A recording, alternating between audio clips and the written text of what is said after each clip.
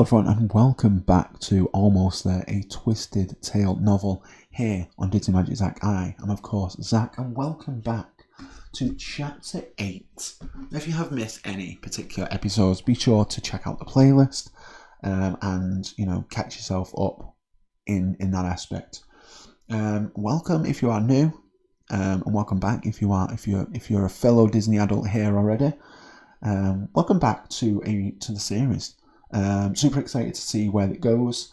Last episode we saw Naveen and Charlotte making up a fake date to kind of ward off someone that he's been trying to get with Charlotte since school, and they are on their way to T&J's supper club. So without further ado, let's read on to Chapter 8. Baby girl, looks like we're running low on cornbread. Tiana poked her head out the pantry long enough to call out to her daddy. I'm on it.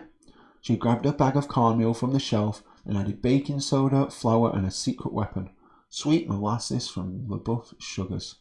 Cradling her haul close to her chest, she kicked the door open with her foot and raced past the waitresses lined up at the counter, collecting meals to take to the hungry customers who had descended on the restaurant tonight. The crowd started rolling in as soon as Tiana opened the doors for the dinner service, and the stream of people lining up to enter T&J's supper club had been steady ever since. Tiana deposited the ingredients for the cornbread onto the counter. She turned to the cooker and with a big cooking spoon stirred the pot of simmering collard greens. She picked up a fork and used it to flip over the catfish fillet she'd left frying in her daddy's cast iron skillet. It was flaky, golden and perfect, exactly as she'd intended. The swinging door that separated the kitchen from the dining room swung open and her head waitress, Addie Mae Jones, came bursting through it, her arms piled high with dirty dishes. Tiana, how much longer are those beignets? Addie Mae called. Just a few more minutes, Tiana answered. She quickly grabbed the last of the beignet dough from the icebox, rolled it out and cut it into squares. She carefully dropped them into a waiting pan of hot grease, giving each a chance to take shape before adding the next. Tiana used her forearm to wipe the sweat from her brow as she skirted around the prep table to grab a couple of plates from their latest order. She'd lost count of how many she'd made already tonight. Need help over there, Mother called. I got it, Mama. And what are you doing in here? You're supposed to be out in the dining room enjoying the band. I told Louie to have the crawfish crooners play St. Louis Blues just for you. Back at the stove, she used a spatula to dunk the puffed up pastries into the hot oil, making sure the edges were a warm golden brown before she scooped them out the fryer. That was the key to making sure her beignets were crispy on the outside and pillow soft on the inside. She plated them on one of T&J's Supper Club's signature emerald green plates and sprinkled just the amount of powdered confectionery sugar on top. Perfect. Alright, Annie Mae, here are those beignets you've been asking for. You better mix up another batch of dough, her head waitress says. She grabbed hold of the plate Tiana handed to her. As usual, these beignets are our biggest seller. Behind the gumbo, of course. Her mother was tying an apron around her waist as she walked up to the cooker. Mama, what are you doing? Helping, Eudora said. Until you two hire another cook, I am making it my mission to be of use. Tiana dropped her head back and sighed up to the ceiling. For the past 2 months, she and her mother had had this same discussion at least once a week. Tiana didn't know what else she could do to make her understand that she didn't want to hire another cook. She didn't need one. She could handle it. Besides, these huge recipes her daddy had been crafting ever since he was a little boy. Was she supposed to just allow anyone to come into this kitchen and learn those secrets? Not in this lifetime. Tiana looked over at her daddy, who stood at the shelf chopping onions without shedding a single tear. Won't you tell her that we're fine? Tiana asked him. My baby girls know what she's doing, Eudora, James said. Her mother held up her hands up in surrender. If you say so, but I still think you could use an extra set of hands or two. Maybe that way Tiana can get out and enjoy the band a bit herself. Her eyes brightened. Why don't you see if Charlotte's out there? I bet she brought along that nice young man. Tiana shook her head. She did not take the bait. Her mother had made several not so subtle mentions of that nice young man who always came by with Charlotte over the past few months. She would rather have her mother as a third cook than a matchmaker. But at that moment, Eudora untied the apron from around her waist and rolled it into a ball. Anyway, I hear you. You got things under control.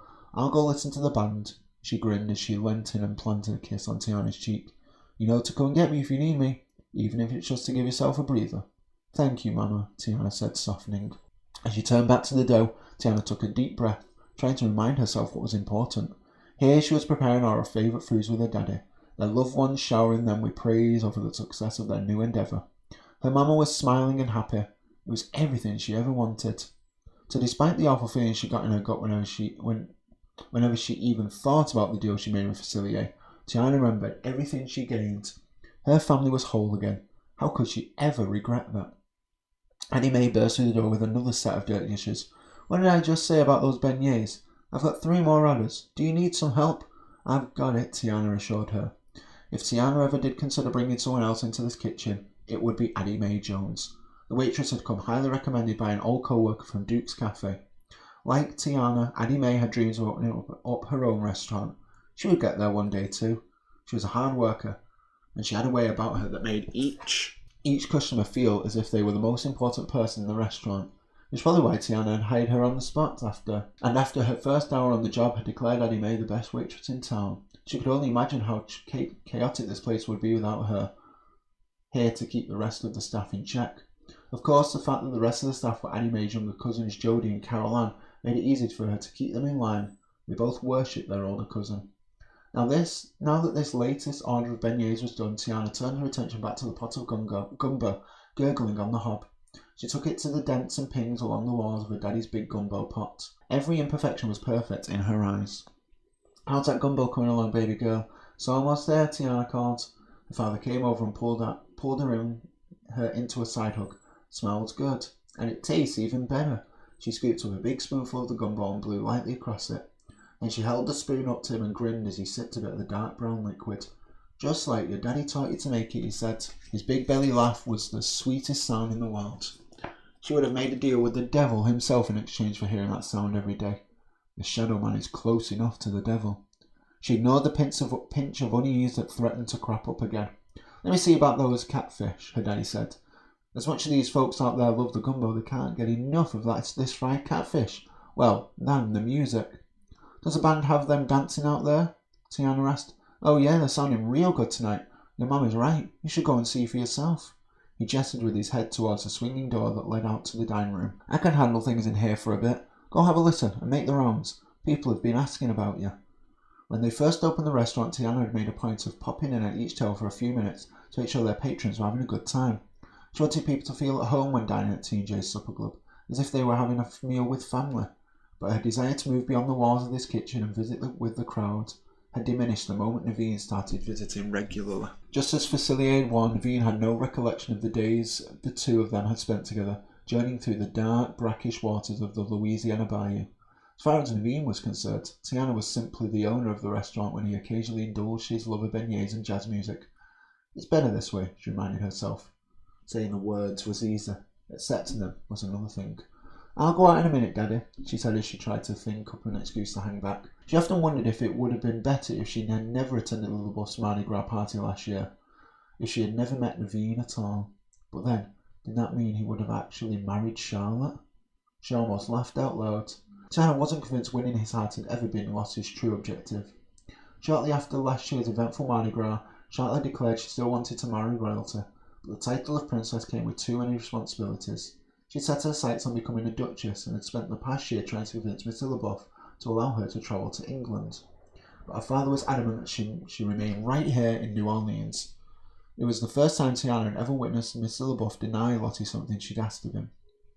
Tiana started, suddenly remembering she needed to make tonight's crawfish etouffee.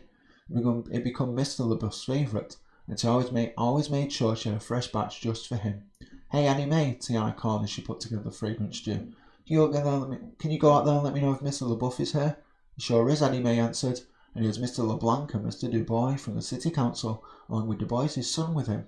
He asked if there's any etouffee, Tiana supplied. Going right up. In fact, I'll bring it to him myself. Tiana dished up several bowls and set them on a serving tray. She cut thick flat slices of cornbread and added a slice to each serving. When she picked up the tray, she immediately set it back on the counter.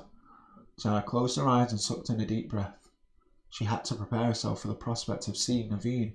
She could tell Charlotte she was starting to get suspicious the last few times they had come.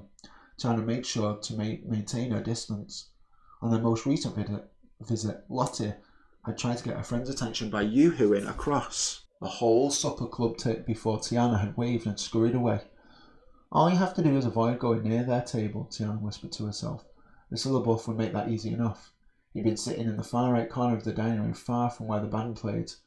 As he'd explained to her, he liked the music, but he needed to be somewhere a bit quieter in order to conduct business with the gentleman he brought to the restaurant. Charlotte, on the other hand, always sat at a table as close to the stage as possible. That would work in Tiana's favour. She would take Miss Lullabust's meal, stop in on a few other tables and make sure folks are enjoying themselves, and get back to the kitchen. See, it'll be easy.